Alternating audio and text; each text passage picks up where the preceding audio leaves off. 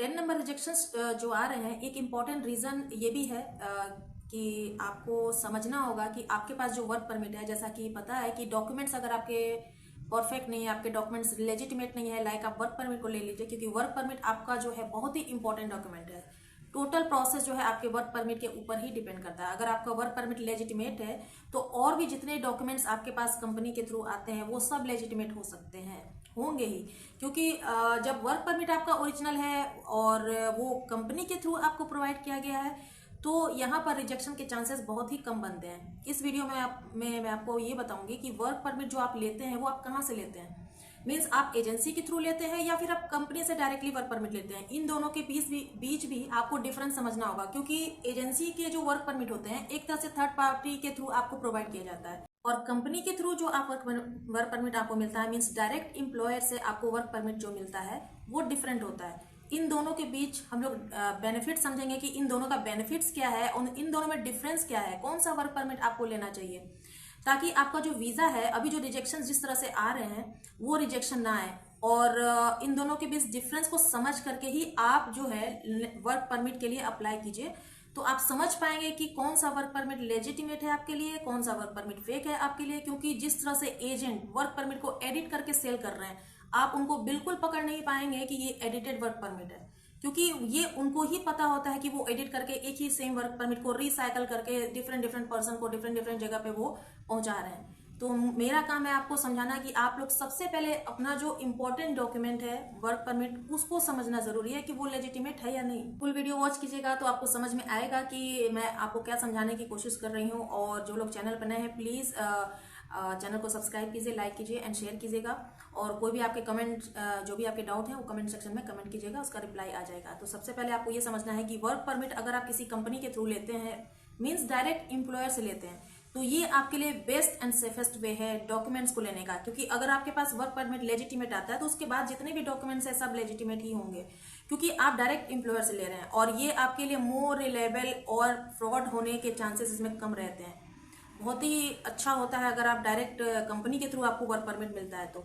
और अगर आप एजेंसी के थ्रू वर्क परमिट लेते हैं तो उनका प्रोसेस भले ही फास्ट होता है, मीन्स आपको वर्क परमिट जल्दी मिल जाता है, बट उनके चार्जेस भी हाई रहते हैं और इसमें वीजा अप्रूव होने के चांसेस भी कम होते हैं, जॉब सिक्योरिटी लेस होती है। डिफरेंस होता है आपको एजेंसी एंड कंपनी के वर्क परमिट में, बट आपको डिफरेंस समझ में नहीं आएगा इस तरह से, क्योंकि एजेंट जो सेल कर रहे हैं और आप लोग अभी भी एजेंट के पास जा रहे हैं, तो इसमें आप लोगों का फॉल्ट है। डायरेक्टली आपको कंपनी के थ्रू अप्लाई करना चाहिए, जो आपको एम्प्लॉयर आपको वर्क परमिट इशू करे। अब बात करते हैं इसके बेनिफिट्स के बारे में कि अगर आप कंपनी के थ्रू वर्क परमिट लेते हैं तो इनके क्या बेनिफिट्स होते हैं। सबसे पहला बेनिफिट होता है कि इसमें सिक्योरिटी रहती है। डायरेक्ट अगर एम्प्लॉयर से वर्क परमिट आप लेते हैं तो इसमें वीजा एंड जॉब का जो फ्रॉड होता है उसका रिस्क कम होता है, फ्रॉड होने के चांसेस इसमें कम रहते हैं, क्योंकि डायरेक्टली एम्प्लॉयर आपको प्रोवाइड करता है। सेकेंड है इसमें कॉस्ट, क्योंकि कॉस्ट अगर जो भी लेता है एम्प्लॉयर आपके बिहाफ पर वर्क परमिट अप्लाई करता है तो उसके सिर्फ सर्विस चार्ज होते हैं, आपको वर्क परमिट का कोई भी कॉस्ट नहीं होता है। अगर आपको डायरेक्टली कंपनी के थ्रू वर्क परमिट मिला है तो आपको सिर्फ वीजा प्रोसेसिंग का फी देना होता है और आपको एप्लीकेशन फाइल करनी होती है। इसमें कोई मिडिल मैन नहीं होता है कि वो आपकी मनी को सेव कर सके। यहाँ पर जो मैंने वर्क परमिट की बात बोली कि डायरेक्ट आप कंपनी से अगर आप लेते हैं एम्प्लॉयर के थ्रू तो कोई भी कॉस्ट नहीं होता है, क्योंकि एम्प्लॉयर आपके बिहाफ पर वो वर्क परमिट अप्लाई करता है। सिर्फ आपको वीजा एप्लीकेशन फाइल करनी है, वीजा प्रोसेसिंग फी देनी है, आपको इंश्योरेंस लेना है, आपको ट्रैवल मेडिकल इंश्योरेंस जो लेते हैं वो लेना है, डमी टिकट के आपके टिकट्स लेने हैं, और जो भी कॉस्ट है आपको खुद पे करना है एप्लीकेशन प्रोसेस के लिए। तो यहाँ पर फ्री ऑफ कॉस्ट होता है वर्क परमिट। अगर आप किसी एजेंसी के थ्रू करते हैं काम तो वहां पर आपको सर्विस चार्ज देने पड़ते हैं। फिर वो लोग आपको बताते हैं कि वर्क परमिट का कॉस्ट इतना है, लाइक 2 लाख, 3 लाख, 45,000, 65,000, इस तरह से वर्क परमिट का कॉस्ट वो लोग आपको बताएंगे। उसके बाद आपको वर्क परमिट देंगे, देन वो सर्विस चार्ज भी लेंगे अलग से काम करने का। तो यहाँ पर यही चीज आपको समझनी है कि दोनों के वर्क परमिट में क्या डिफरेंस आप देख पा रहे हैं। नेक्स्ट बेनिफिट है स्टेबिलिटी की, मतलब कि अगर आपको जॉब डायरेक्टली कंपनी से मिलती है तो इसमें ग्रेटर चांस होते हैं कि आपके जॉब जो है वो लॉन्गर टाइम तक चलता रहे। ये डिपेंड आपके ऊपर करता है कि अगर आप जॉब चेंज करना चाहते हैं, सपोज आपको जॉब वहां मिल गई, 1 या 2 ईयर तक आपने जॉब की, आपको जॉब चेंज करनी है तो फिर से आप वहां पर उस जॉब के लिए वर्क परमिट एप्लीकेशन कीजिए तो आप जॉब को चेंज कर सकते हैं। तो ये फिर से प्रोसेस होता है, बट इसमें वीजा का प्रोसेस नहीं होता, क्योंकि आपके पास वीजा ऑलरेडी है, सिर्फ आपको जॉब चेंज करनी है। तो जॉब चेंज करने के लिए भी आपको वर्क परमिट की जरूरत पड़ेगी उस कंपनी की।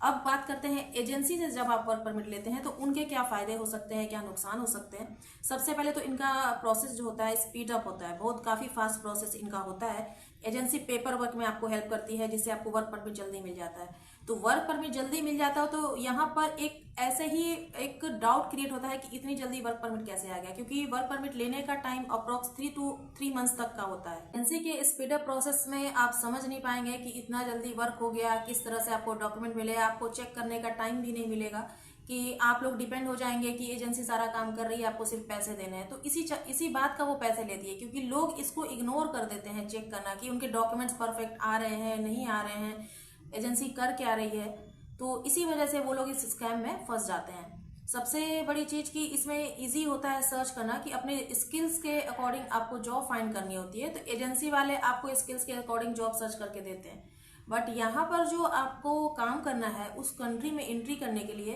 डिपेंड नहीं करता है कि आप कौन सा वर्क करते हैं, कौन से स्किल में है। सबसे बड़ी बात को कि आपको उस कंट्री में एंट्री करना है, चाहे आपकी प्रोफाइल कोई भी हो, किसी भी स्किल में हो, कोई मैटर नहीं करता।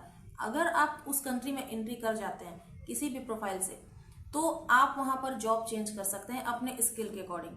फर्स्ट काम होता है एंट्री करना। यहाँ पर आपको एक इम्पोर्टेंट बातों का ध्यान रखना है कि अगर आप पोलैंड का वर्क वीजा करते हैं तो आप हमेशा एक specific company and job positions के लिए वो वैलिड होता है वर्क वीजा। तो आपको अगर वर्क करना चाहते हैं तो 10th पास होना आपका बहुत ही ज़्यादा ज़रूरी है। वर्क परमिट का एप्लीकेशन प्रोसेस जो भी आप करते हैं ई कॉन्सुलेट पोर्टल से ही कीजिए, क्योंकि उस कंट्री ने अपना एक पोर्टल आपको प्रोवाइड किया है जिसके थ्रू आप एप्लीकेशन प्रोसेस कर सकते हैं। इस बात का ध्यान रखिएगा कि हमेशा आपको चेक करना है कि आपकी कंपनी या एजेंसी के थ्रू जो भी डॉक्यूमेंट्स आए हैं वो प्रॉपर है या नहीं है। प्रॉपर है तो वो लीगली वर्क कर रहे हैं या नहीं कर रहे हैं। तो इन सब बातों को, इन सब टिप्स को आप ध्यान रखिएगा। स्टार्टिंग से ही अगर आप ध्यान रखेंगे तो जो आगे का प्रोसेस है वो आपका प्रोसेस स्टेप बाय स्टेप चलता रहेगा और लेजिटिमेट होगा सारा प्रोसेस। तो मुझे उम्मीद है कि आपको यह डिफरेंस समझ में आ गया होगा कि आपको अब करना क्या है। जैसा कि मैंने बताया कि वर्क परमिट अगर आप कंपनी के थ्रू लेते हैं तो वीज़ा अप्रूव होने के चांसेस ज़्यादा रहते हैं। एम्बेसी जो है चेक करती है कि ये थर्ड पार्टी के थ्रू आया है या डायरेक्ट कंपनी के थ्रू आया है।